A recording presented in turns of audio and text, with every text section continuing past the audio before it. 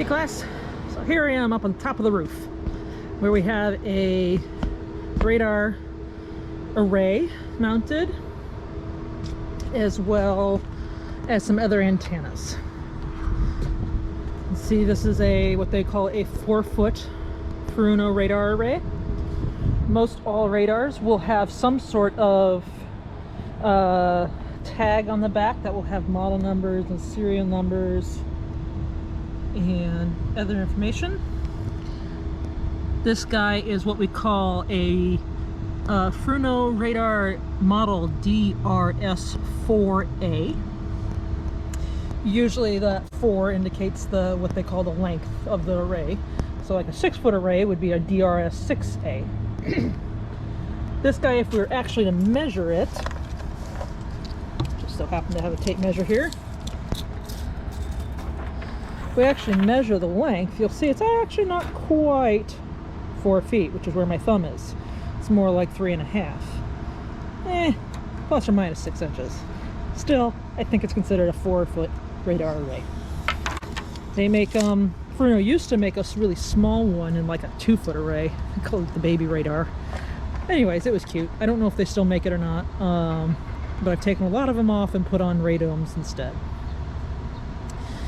This is an older magnetron-based radar.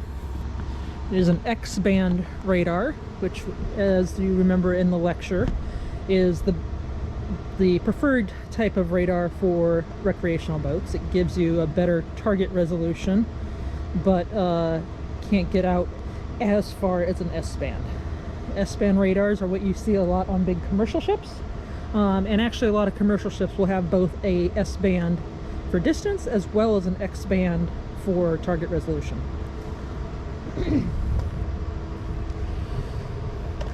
So next up, we have a little mushroom antenna here. Usually we wouldn't want to mount it directly under the radar array like they have here. However, these things happen. This is a GPS sensor. Once again, you can probably see there's a little tag here. You see it says GPA 017.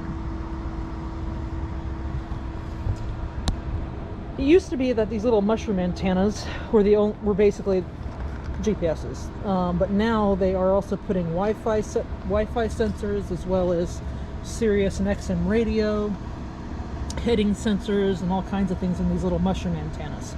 So just because it's a mushroom antenna doesn't necessarily mean that it is a GPS anymore. So that's why we always want to look at those labels and make sure we are installing or removing the correct thing.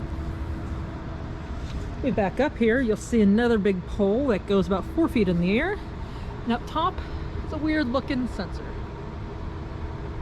Kind of looks like a mushroom antenna, but it's not quite.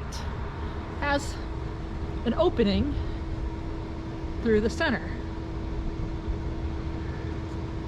This is what we call a weather station. Airmar makes them. I believe you can just make out some lettering there. Airmar makes them, and what they do is your wind, let's see if I can get a better thing, your wind actually goes through the center, and somehow via magic, I like to say, there are some ultrasonic sensors in there that are able to process how the direction and the speed of the wind moving between there. These also have a GPS sensor in them, as well as sometimes relative humidity, atmospheric pressure, and a few other things. The important thing about the weather stations is they need to be mounted up and away from other items so that they have a clear view of the sky, and mainly a clear view so that nothing is affecting the wind as it goes through in between the two pieces there. They are NEMA 2000, so all you got to do is connect NEMA 2000 and bring it back down to your backbone, and voila.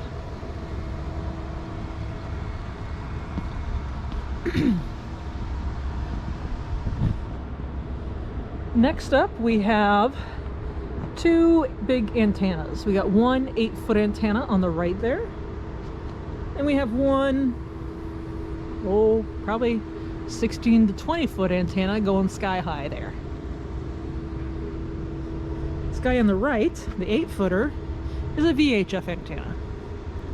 Usually you'll see the 8-foot antennas on top of pilot houses and T-tops and stuff on powerboats. You don't usually use the 8-footers on sailboats.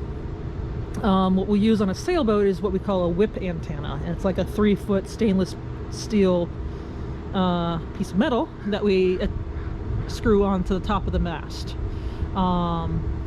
This allows us to get it up really high, but while also not having this large antenna sticking up somewhere. To the left, we have a single sideband antenna. These are single sidebands are much more powerful radios, and therefore require also a lot larger antenna. They broadcast a lot farther than a VHF. There's also ham radios that are also very similar to single sidebands, but ham radios you need a license to use. We will be getting more into those units in the next quarters class. When we do the NEMA 2000 class, we do a little bit of more advanced stuff as well. Oh, one thing regarding the radar that I forgot to mention, because this is an old magnetron style radar, if this were actually active and spinning, we actually wouldn't want to be standing in front of it.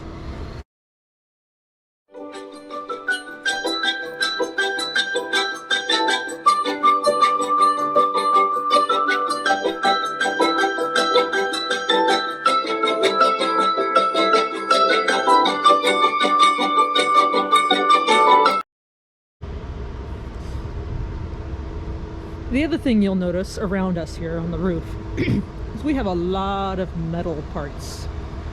They're all basically ventilation ducts and all kinds of other, well, big chunks of metal.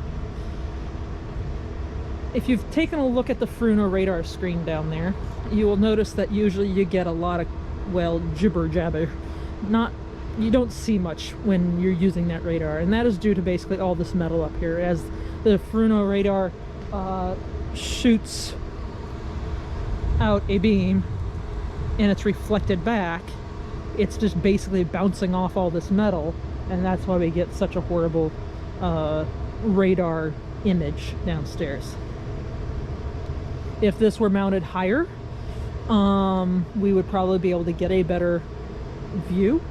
I've thought about getting some sort of pole to raise it up, but I'm actually thinking that I'm just going to get us a new radar sometime and try that instead. And then, but also raise it up then as well. Maybe mount it someplace different. I don't know.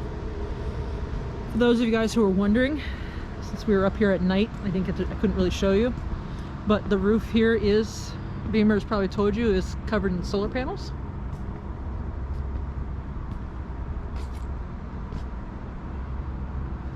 I believe this is all attached to the main nanocourse grid, and it's how we're getting our electricity here.